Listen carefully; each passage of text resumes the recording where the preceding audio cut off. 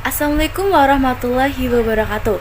Salam sejahtera bagi kita semuanya. Om Swastiastu, Namo Buddhaya, salam kebajikan. Kami dari kelompok 2 untuk mata kuliah Teori Belajar Bahasa dengan dosen pengampu Ibu Ada Siti Haryanti, SSMPD. Sebelumnya saya akan memperkenalkan anggota kelompok. Yang pertama saya sendiri, perkenalkan nama saya Desi Ratnasari. Lalu ada teman saya yang bernama Sinta Aprilia dan Clara Deborah. Untuk pertemuan kali ini, kami akan mempresentasikan materi tentang strategi perolehan bahasa.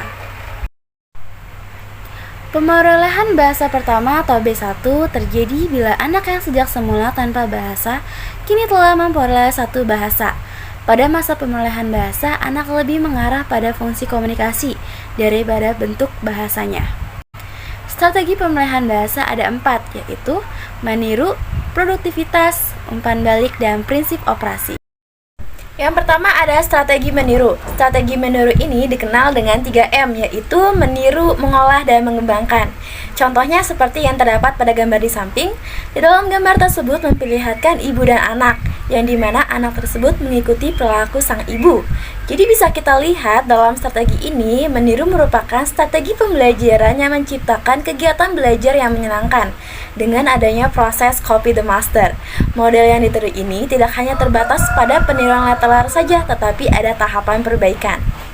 Dalam strategi meniru ada 5 peniruan, yaitu imitasi spontan, imitasi perolehan, imitasi segera, imitasi terlambat, dan imitasi dengan perluasan.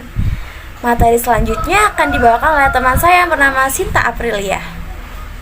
Selanjutnya, strategi produktivitas. Di sini sudah terbayang pada gambaran anak, dan ada pun definisi produktivitas itu sendiri, yaitu keefektifan dan keefisienan dalam memperoleh bahasa melalui sarana komunikasi linguistik dan non-linguistik. Ada pun contoh dari non-linguistik, yaitu mimik, gerak, bunyi, suara, dan sebagainya dalam hal bunyi. Nah, ada pun contoh produktivitas itu sendiri. Contohnya nih kita ambil dengan bunyi fonem K, T, U, dan A. Kita dapat menyusun kata dalam bahasa Indonesia setidaknya 4 kata, yaitu kuta, akut, kuat, dan tuak. Selanjutnya, strategi umpan balik. Strategi umpan balik ini menghasilkan ujaran dan responsi. Adapun pengertian umpan balik yaitu merupakan sebuah cara yang dilakukan oleh pendidik untuk membantu peserta didik dalam memahami suatu pembelajaran dengan cara menanggapi hasil suatu pembelajaran yang dilakukan sampai peserta didik menguasai materi yang telah disampaikan.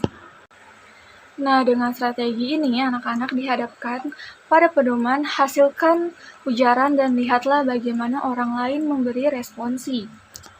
Strategi umpan balik ini juga disebut strategi produktif, yaitu menghasilkan 2 sifat. Yang pertama bersifat sosial, dan yang kedua bersifat kognitif. Lanjut dengan prinsip operasi.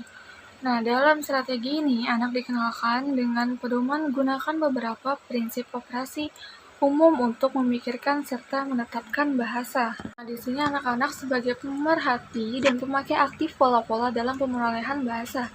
Walaupun kita sepakat bahwa salah satu sifat pemerolehan bahasa adalah alami, pola asuh orang tua terhadap anak tetap menentukan kadar penguasaan bahasa anak. Bahkan kita percaya bahwa pola asuh yang kreatif, inovatif, seimbang, dan sesuai dengan tahap perkembangan anak akan menciptakan interaksi dan situasi komunikasi yang memberi kontribusi positif terhadap keterampilan berbahasa anak. Secara mentali, pemerolehan bahasa bisa dimulai sejak bayi masih berada dalam kandungan. Sang ibu bisa mengajak bayi berkomunikasi tentang hal yang positif.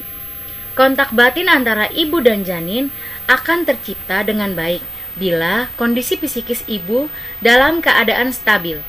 Keharmonisan yang terjalin lewat komunikasi bisa mempengaruhi kejiwaan anak.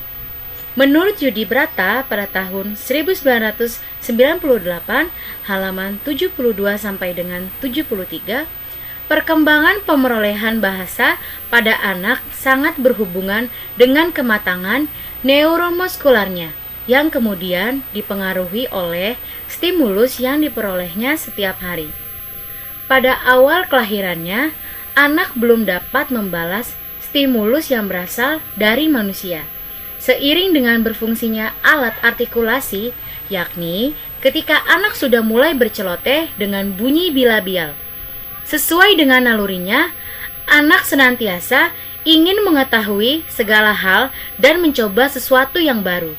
Stimulus yang diberikan orang tua akan terbingkai dalam pola pikir, pola tindak, dan pola ucap anak. Jika orang tua menginginkan anaknya santun berbahasa, maka berikan stimulus yang positif. Tahap perkembangan. Berikut adalah daftar checklist pengembangan bahasa anak usia dini. Usia 0 sampai dengan 3 bulan. Proses berbicara. Anak membuat suara yang menyenangkan. Anak akan mengulangi suara yang sama secara berulang-ulang seperti ocehan. Anak-anak menangis dengan cara berbeda untuk menunjukkan kebutuhannya yang berbeda-beda pula. Misalnya, menangis dengan melengking tinggi jika kesakitan. Usia 4 sampai 6 bulan. Anak akan berceloteh ketika sendirian. Anak akan melakukan sesuatu dengan bunyi atau gerakan tubuh secara berulang ketika bermain. Anak akan berbicara secara sederhana tanpa tangisan untuk menarik perhatian orang dewasa di sekitarnya. Usia 7 sampai dengan 12 bulan. Anak akan berbicara secara sederhana tanpa tangisan untuk menarik perhatian orang dewasa di sekitarnya. Anak akan melakukan imitasi untuk berbagai jenis bunyi atau suara. Anak akan berceloteh dengan kata-kata sederhana, misalnya mamam, dada. Tapi masih belum jelas pengucapannya. Usia 12 sampai 24 bulan. Anak telah dapat menggunakan berbagai bunyi huruf konsonan pada awal kata. Anak sudah bisa menyusun 2 kata, misalnya mau minum, mama, maem, dan lain-lain. Anak dapat bertanya dengan 2 kata sederhana, misalnya mana kucing, itu apa? Usia 24 sampai 36 bulan. Anak bisa bertanya dan mengarahkan perhatian orang dewasa dengan mengatakan nama benda yang dimaksud. Cara anak berbicara sudah dapat dipahami secara keseluruhan. Anak sudah dapat menghafal kata-kata untuk keseharian. Anak memahami tata bahasa secara sederhana. Misalnya, aku mau naik sepeda.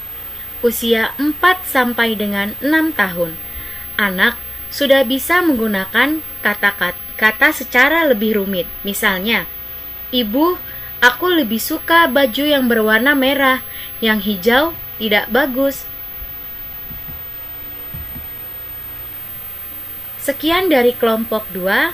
Mohon maaf bila ada salah kata dan tulisan. Terima kasih.